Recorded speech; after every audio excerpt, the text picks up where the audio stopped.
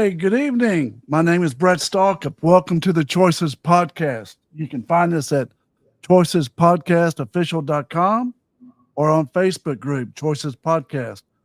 We encourage you to ask questions during our show. We have a wonderful guest tonight. I'm going to be beating on the table because she's really cool. She's really smart. And she's dear friends with Tammy Kling, who is like one of my best friends. Anyways, we are all about choices in the personal, business, and relationship part of your life. We want you to make better choices, but to learn to have better choices, we have to go look at our bad choices. But anyways, we have fun in the show. The Reverend Denny Brewer, he is traveling, but he'll be back next Tuesday. Anyways, allow me to introduce my co-host and my dear friend, Carcass John. Howdy, Brett, and thanks Sheila for joining us tonight. We got a big shout out. My daughter's a beast, and I love her a lot, and she's kind of helped motivate our social media stuff, and so I think that it's worth mentioning. You want me to do my lyric? Yeah, go ahead and do your lyric, and then I'll introduce Sheila when we're done, and we'll get rolling. Good deal.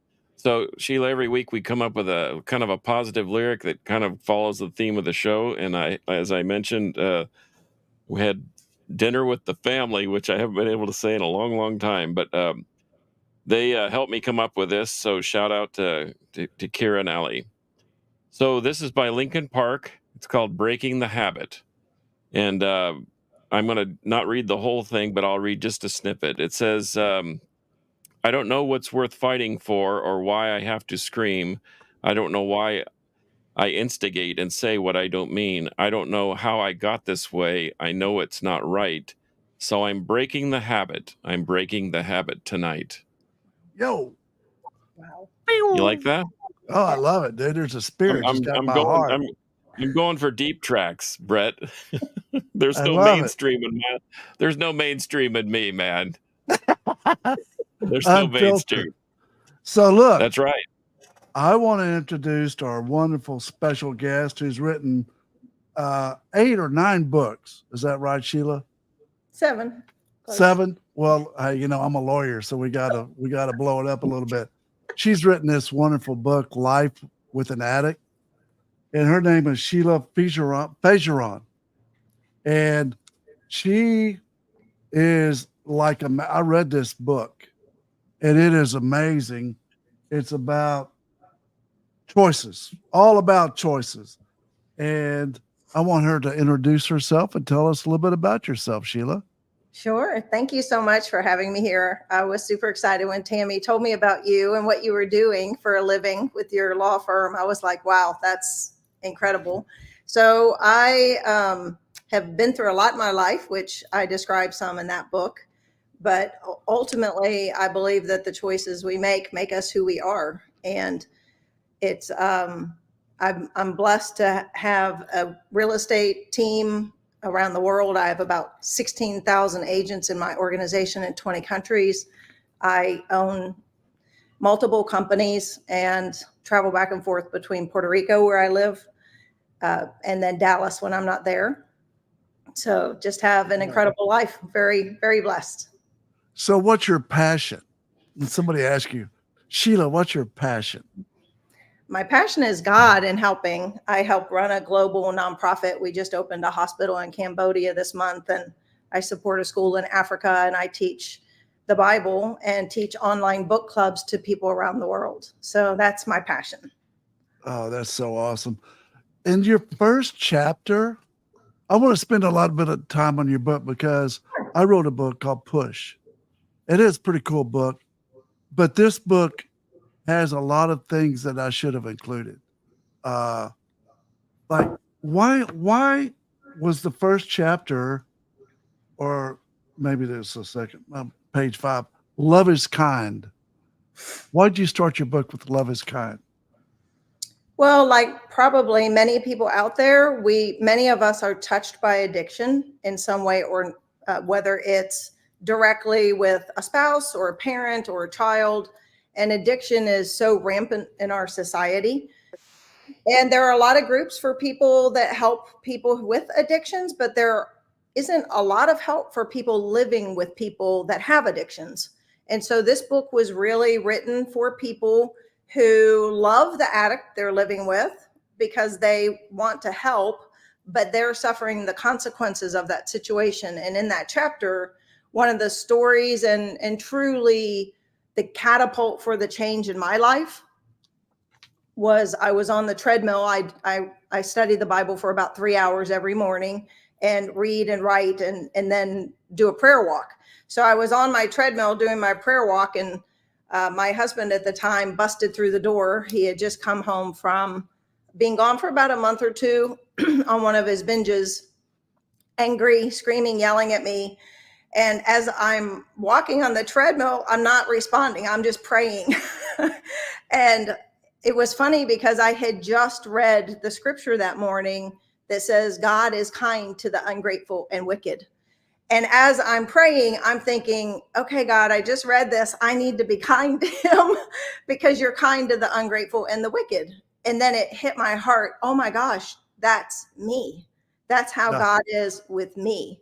And if God's kind to me because I'm ungrateful and wicked, how much more do I need to be that way with him in this moment? So for the first time in my life, I did not respond. I did not get angry. I did not fight back. I did not defend. I was quiet. I didn't say a word. I just kept looking straight at him and praying in my head. And it was crazy watching God work. From him blowing up to him calming down to literally just walking out of the room, and I had not said a word. And it's just, it was very powerful just seeing how we need to be towards people.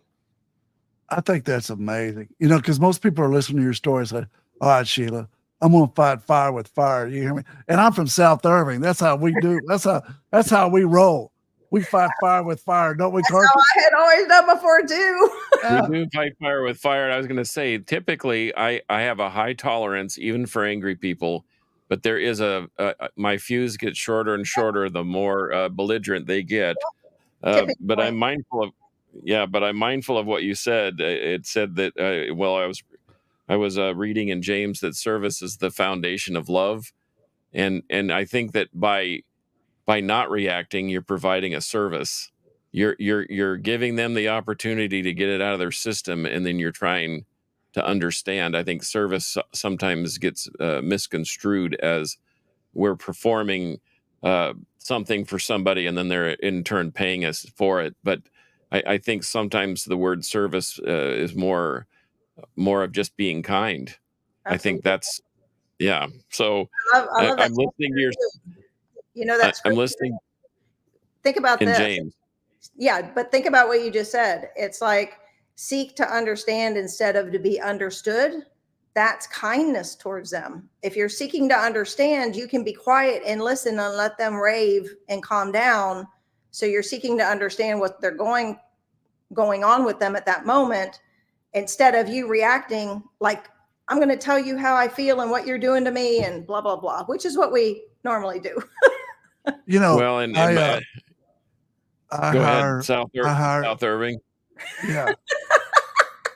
But I hire interventionists all the time to intervene on addicts. And I'm real careful. I like to do my own interventions. If somebody's in jail, I do my own jail interventions because it's fun for me, because I'm nice. And it's just like, how do you like the sauerkraut? How do you like the bologna? I'll get out of here. Okay, I'll be back next week. And I'll wait a week and keep going until they say, okay, I'll go to treatment. But that I was part of it. A couple of interventions where people almost got me killed. Oh, yeah. And not knowing what they're doing. And when they go into an addict and start screaming at an addict, then they get screamed back at, and it gets to be an explosive, dangerous situation real quick. And I'm understanding from you that if you do it with kindness, you got a lot better shot. Yeah. I mean, reality is they're not in their right mind. And so you can't assume that they're going to be able to have a rational conversation with you when they're in that frame of mind. So you need to let the situation calm down and come back another day and talk about what happened. It doesn't help anybody for you to react in the situation. This Wow. reminds me of something my grandfather told me when I was young and a little bit, well, what do they say in South Irving? Buck wild? Yeah, Buck Something Wild. like that. Yeah, I was. I He was not even the saddle. I was the horse. yeah, you were okay. But he used to tell me you can you can beat somebody with a hammer or you can beat them with a feather. And what Oh, do you think you're going to get the best result from? And I thought about that and thought about that. And I think the beating part is severe, but if you think about it, you're basically trying to restrain them in a kind way if you're using a feather because you're trying to soft pedal your approach, but the hammer always that's what most people use. They grab the hammer first before they think about it, and it usually, to your point, becomes explosive and as I've mentioned to my new family, despite our ideological differences, if we can't have a meaningful dialogue, then we're not going to get anywhere. We're not going to resolve anything. And I told the one child, I said, please don't yell at me from across the pasture. Come up to the fence and at least talk to me.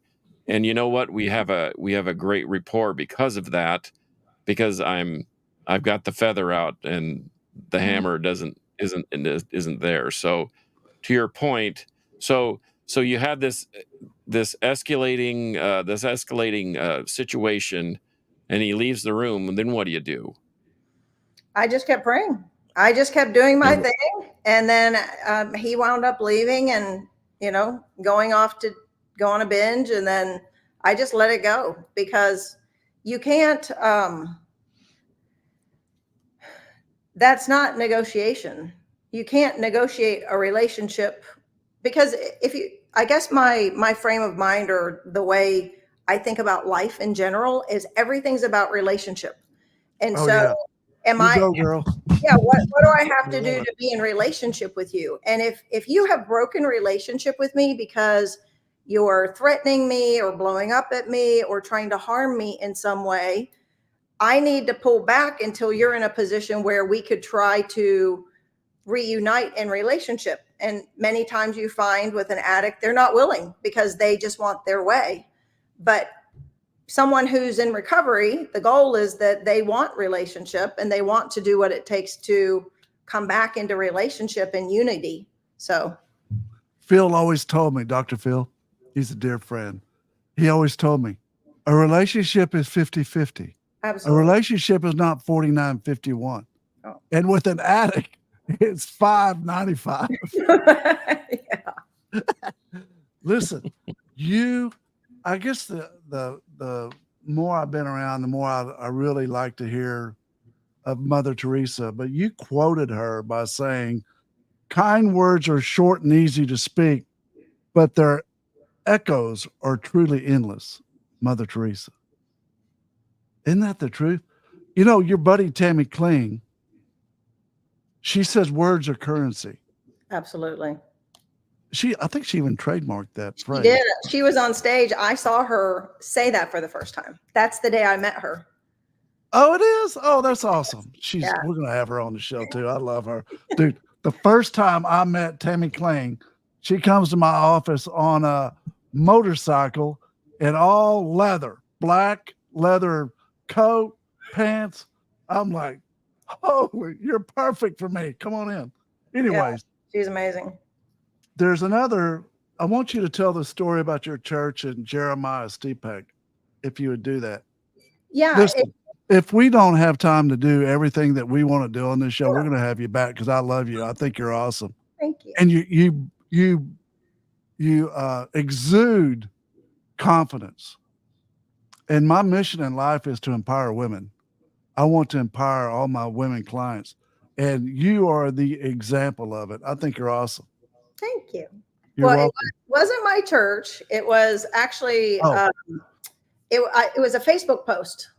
So, okay.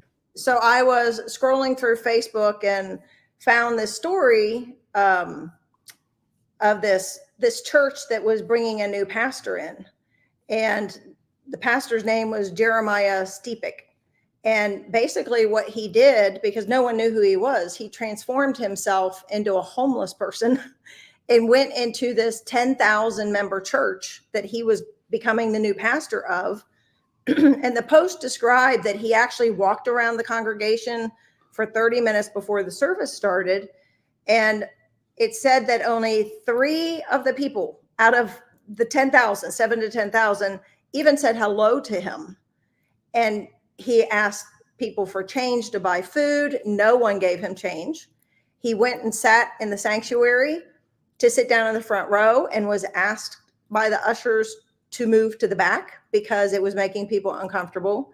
He greeted people, but he was greeted back with stares and dirty looks and people looking down on him and judging him. And he sat in the back of the church and he listened to the announcements. And then the elders went up, they were in on it, right? And they wanted to introduce the new pastor and, come on up. And everybody started clapping, looking around with joy and anticipation. And then this homeless man stands up from the back and starts walking down the aisle. And it says all the clapping stopped. All eyes were on him. And he walked up to the altar and took the microphone from the elders and paused. And he recited, "The kingdom prepared for you since the creation of the world. For I was hungry and you gave me something to eat. I was thirsty and you gave me something to drink. I was a stranger and you invited me in. I needed clothes and you clothed me. I was sick and you looked after me. I was in prison and you came to visit me." Then the righteous will answer him, "Lord, when did we see you hungry and feed you, or thirsty and give you something to drink? When did we see you a stranger and invite you in, or needing clothes and clothe you? When did we see you sick or in prison and go to visit you?" The king will reply, "Truly, I tell you, whatever you did for one of the least of these brothers and sisters of mine, you did for me." And after he recited this, he looked out towards the congregation and told them what he had experienced that morning. And it said that many people began to cry. A lot of heads were bowed in shame. And he said, "Today I see a gathering of people, not a church of Jesus Christ. The world has enough people, but not enough disciples. When will you decide to become a disciple?" And he dismissed the church service until the next week, because being a Christian is more than something you claim. It's something you live by and share with others. Very powerful story. Man, that is so awesome. Carcass, what do you think about that? I used to teach the adult Sunday school class at my church, and we had a little lesson on judgment. And I used to not have a beard and long hair. I was more coiffed than I am now. But I remember, and I used to coat and tie it. And I remember having somebody be in on it, and we were talking about judgment and judging of others and the mote in the brother's eye and that type of thing. And I stepped out of the room for a moment while he could give an announcement. And I stepped back in a pair of camo shorts and a rock and roll t-shirt with full tattoos and flip-flops, and you could have heard a pin drop. Wow. And someone asked me, they were like, "Brother Fossum, what is this?" And I said, "What's the difference between me 5 minutes ago and now?" And to your point, there was a lot of shoegazing and a lot of hung heads. But so that stuff like that always it interests me, because I've learned to live the life and not just tell people about the life. And there's a huge difference between talking about it and doing it. In fact, Totally. I sometimes when I sit in church, I just get these. What was the quote that I sent you, Brett? That life is changed by action, not opinion. And so that's kind of the way I live my life. But your story is extremely powerful. I've had a similar experience, and not to mention that believe me, I'm a repentant person, and I understand that role of a savior and religion and so forth in my life. And I don't necessarily wear it on my sleeve where I'm walking down the street with a giant cross in hand and so forth. And I just live a good life. And people ask me, why are you different? And if I know people ask me that question, then I know I'm doing something right, because I don't feel average. I don't try to be average, but I try to be uh, the spirit of the law more than the letter. And I think that's the difference between. I think it's one thing to. It's kind of like the difference between intellect and wisdom. I know lots of people that know lots of things and are very, very smart, but they don't have any common sense and no real wisdom. And if you don't apply that knowledge, then what good is it? So anyway, Sheila, to your point,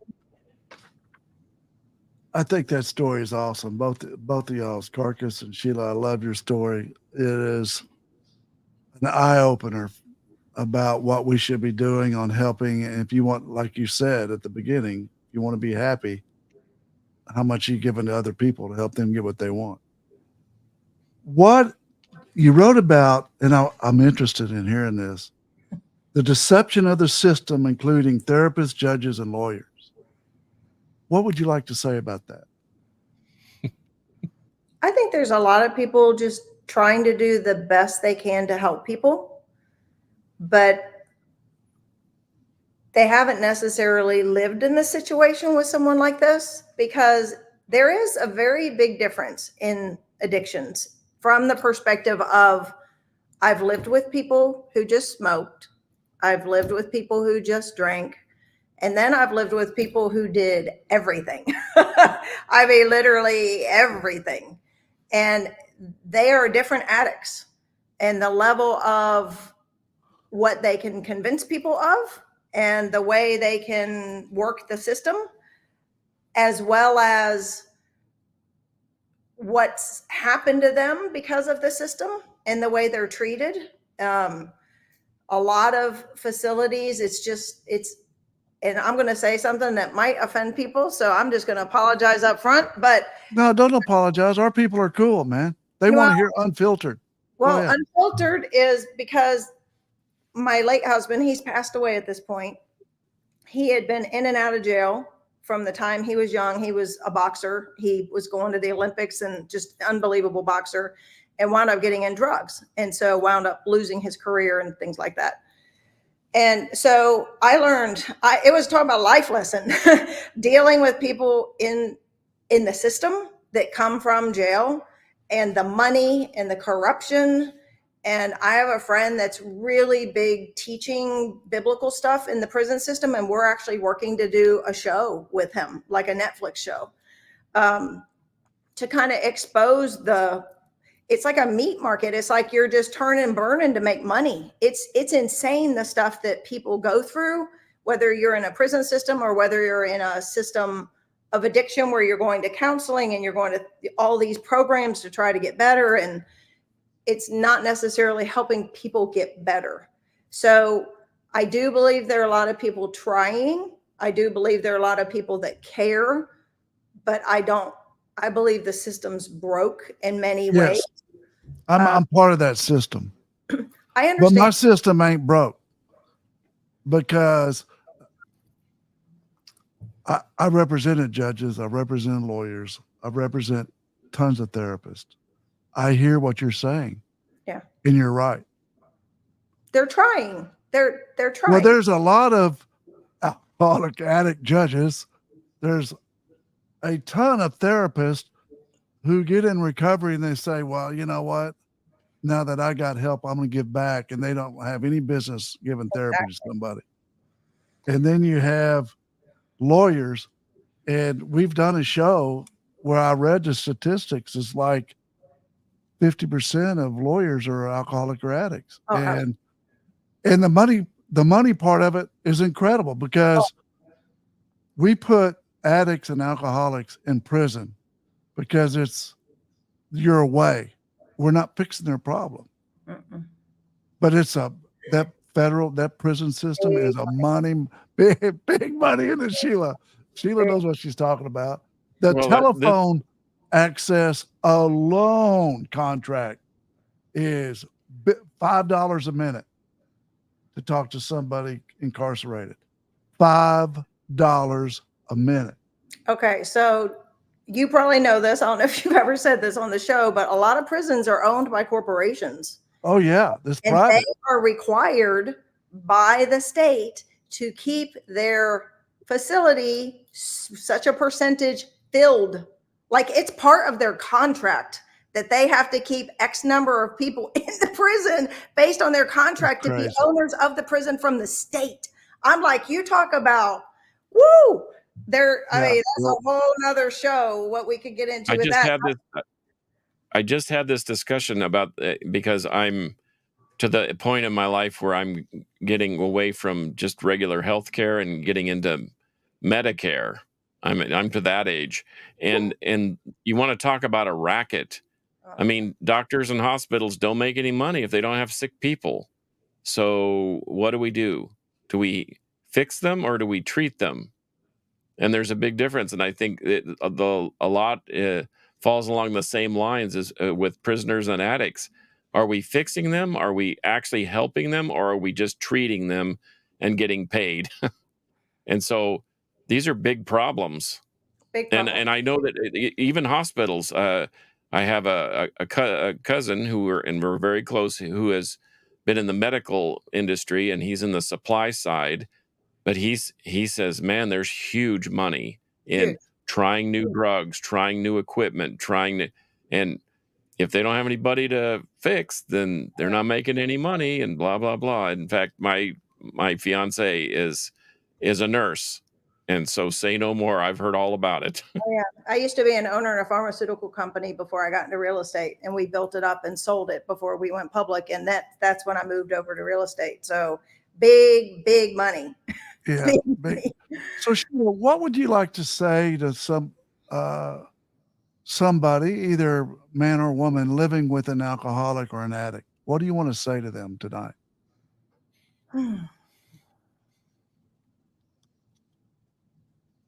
I think you have to decide what kind of life you want.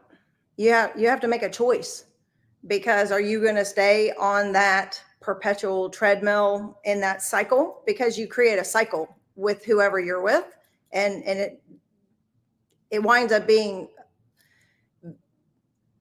addicts tend to do the same things. Like they go to the same drug dealer, they go to the same part of town. I mean, they have like a little system that they do. It's like deer in a deer feeder. They don't go far. Oh, no, they don't go far. You know, I knew exactly where to find him. I'd be driving the streets. I mean, I'd find him every time. So you have to decide what kind of life you want. I mean, at the time I had 2 little boys, and I had to make a decision. Am I going to let these little boys' lives be destroyed by this? Or am I going to make a choice and take a stand to change my life, to change their life?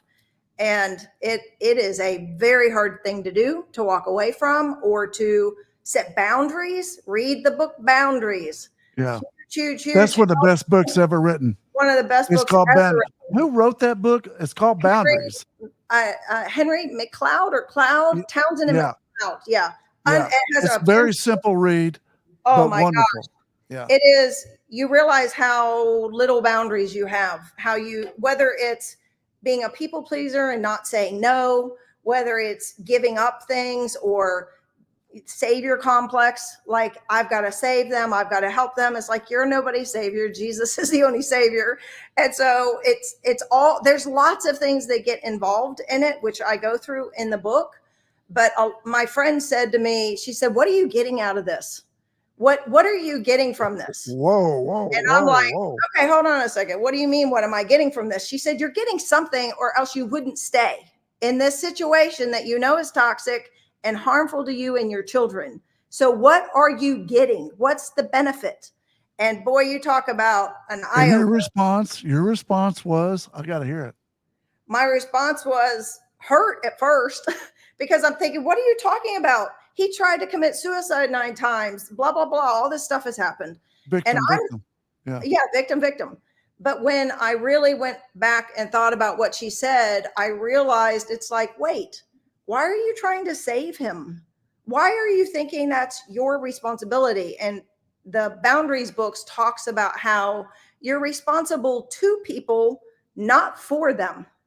If they're an adult, you are not responsible for them. Their choices and their life is their responsibility, just like yours is. You're responsible too, meaning to love other people, to be kind to other people, but that is not your responsibility as an adult. Different with children, obviously. You need to take care of your children, but And keep them safe. Number one goal. safe. Yeah. But what do you mean by to? You're not responsible for, but you're responsible to that person. Meaning, as another adult, I'm responsible to you. I'm responsible, like, to be in relationship with you, to be kind to you, to be a partner to you, to be a helpmate to you. But I'm not responsible for your life. You and you alone are responsible for your life, your choices, your decisions. You know, whether you decide to go drink or you decide to go drug, and you cannot stop someone.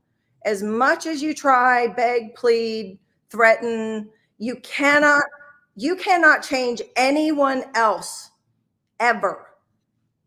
Each person alone has to decide to make decisions to change their life. You can never change another person. You said in your book, it starts with you.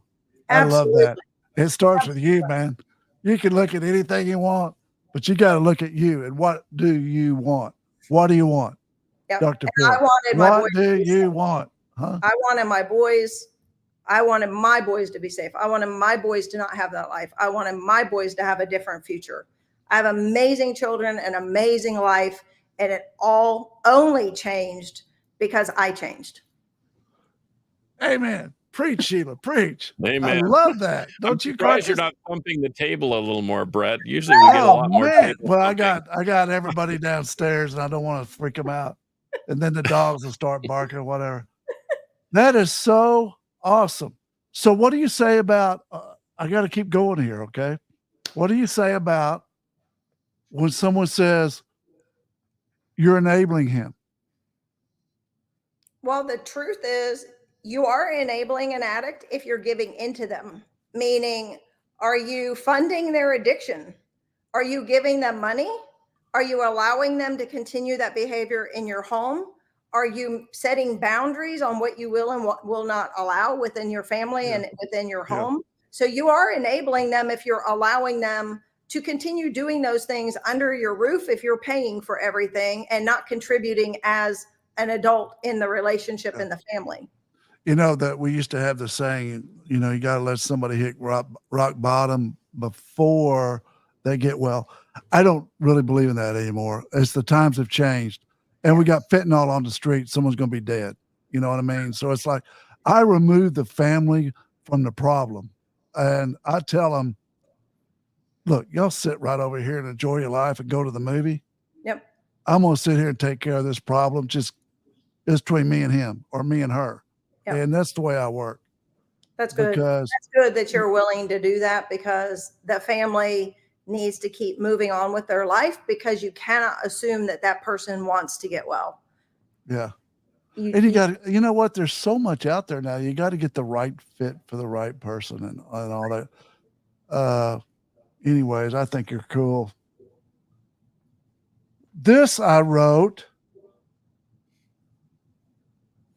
because I think it's a little different. Okay. You wrote living with an alcoholic versus I want you to talk about living with an alcoholic versus living with an addict. What's so because I have been with so many people with different addictions, when I wrote this book, and I'd been encouraged to write this for a long time by multiple people. And finally, one day someone said to me, you have a responsibility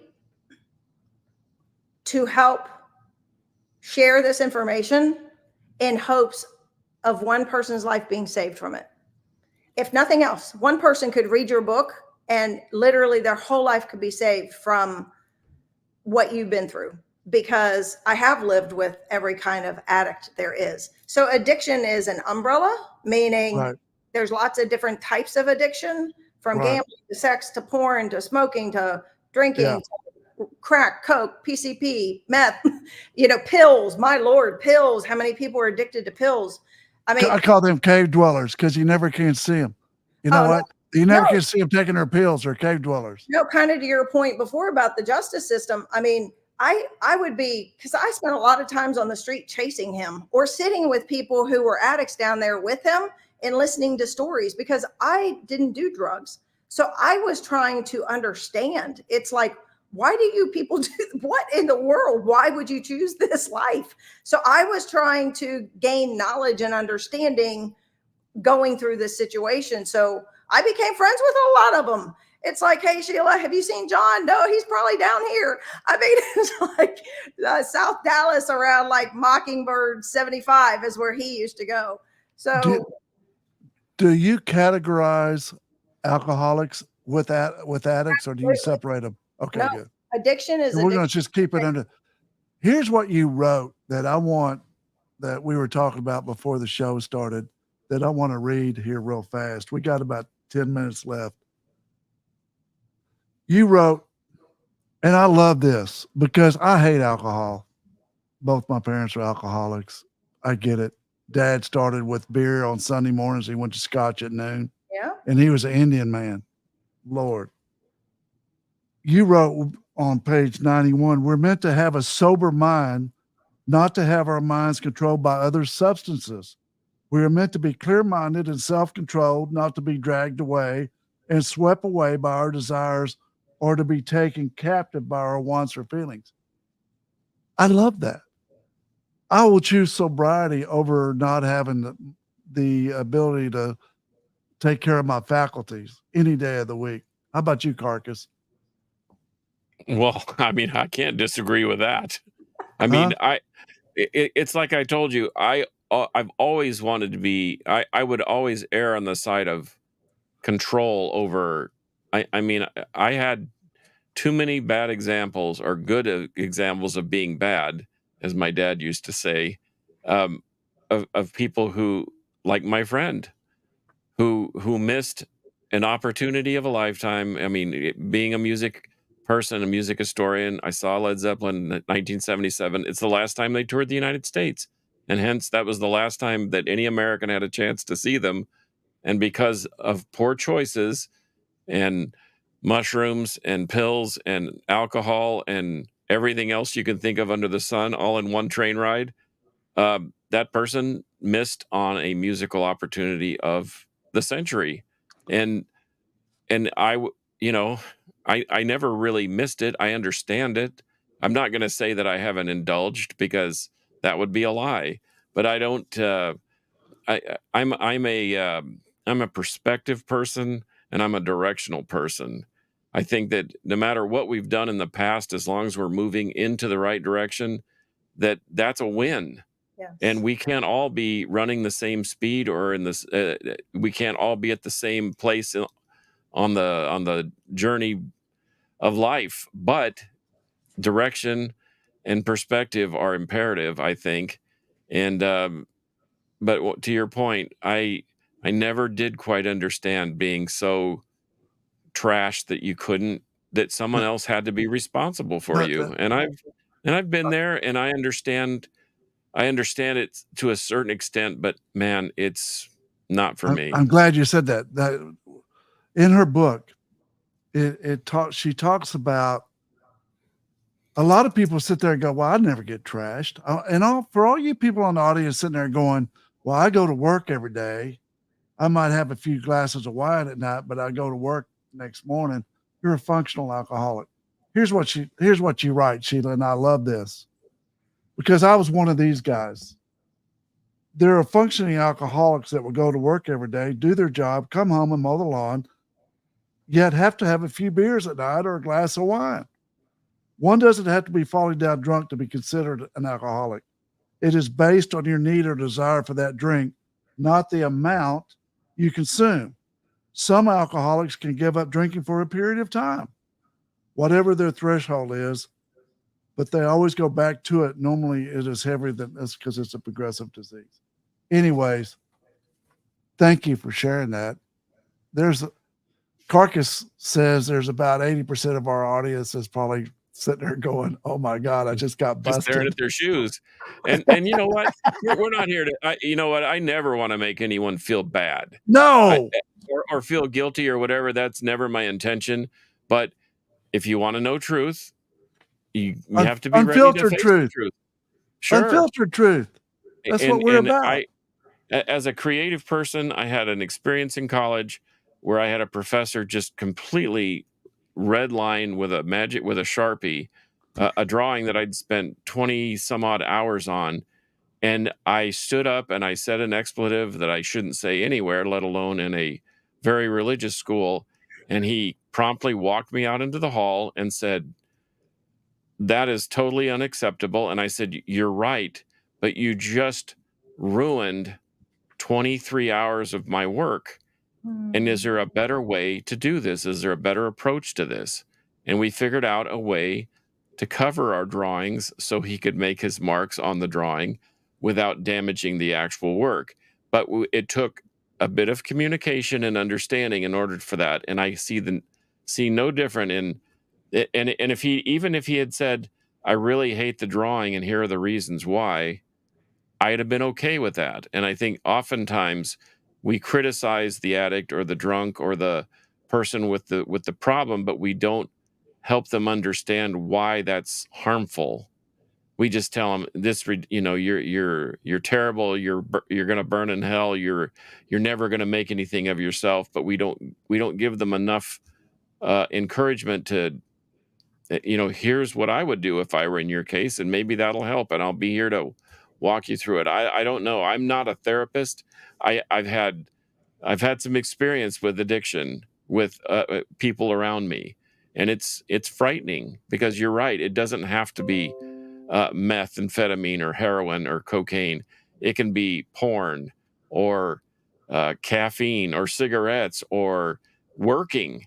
I used to work 90 hours a week, and then I realized, wow, I haven't seen my kids awake in 6 months. Wow. I need to do something about this. So- Working out. Well, Same thing. Honestly, I say that in the book, that it's not about judging people, because the truth is we are not the judge.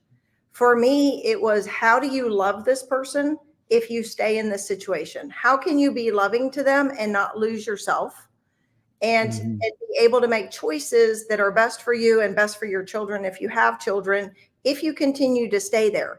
And I was still with him for years during this process, because I needed to make sure I was doing the right thing and acting the right way and treating things appropriately.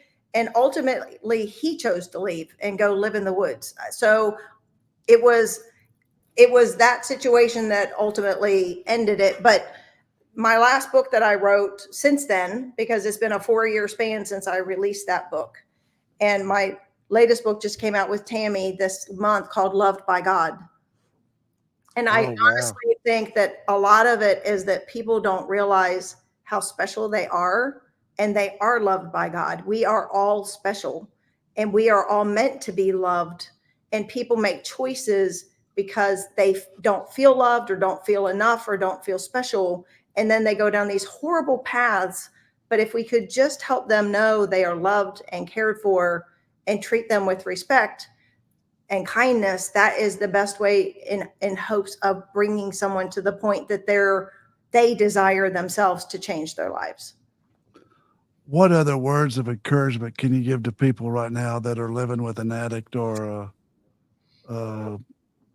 even alcoholic addict? Let's just say that. What would you like to tell them? What tools do they need to survive? Number one, you need to focus on yourself, healing yourself, because there's something in you that's broken, that's making you make the choice to stay, which is fine. You can stay, but you still need to work on yourself and learn to set boundaries and learn to respect yourself and learn to create a situation that is healthy and not toxic. But it starts with you. And there's things in the book that they'll learn about, and we could do another show, but it's ultimately, you have to work on you and you have to heal you, especially more important than ever if you're going to stay. The only time in the book I say you should leave is I've been in situations that were life-threatening. I had my life threatened 5 different times. I had machine guns around me. I had all sorts of things happen that when you're in life-threatening situations and they are capable of killing you, you have to, for literally your life and for your children's life, you have to get out. That's the only time I say you really have to leave. Yeah. Yeah. Wow. I have so much more to share with you. We got to have you back on the show. I knew you were going to be incredible. You guys I really did. You're an amazing person, and your success story and everything about you is like amazing, over the top. And I'm not surprised. Tammy told me about you, and we got to have you back on the show, right, Carcass? Absolutely. I'm all for it. Well, once you've been on the show, then you're just part of the show, so you can jump back in anytime. Yeah. Choices Roundtable. You're part of our roundtable. That's right. Yep, there you go. So we're going to end this show. We always like to end it with a quote. And I asked Sheila for her favorite quote tonight, knowing that she would give me an awesome one. She says, you can have everything in life you want if you will just help enough other people get what they want. Zig Ziglar. Yeah. Dude, that's awesome. That's what the great Dale Carnegie writes. Absolutely. It's about helping other people, about giving other people what they want. I've enjoyed the show. Carcass, have you enjoyed it? Absolutely. If you see us looking, if you see me looking down, Sheila, it's because I'm taking notes and writing, because as I've mentioned many times before, a sharp pencil is better than a dull mind. So I'm to that point in life where I need to write it down and see it, and it helps me learn. Sheila, you promise to come back on our show? Absolutely. Yeah, absolutely. Oh, you're awesome. Thank you very much. And hang in there with us, and we'll talk post-show. Thank you. Thanks.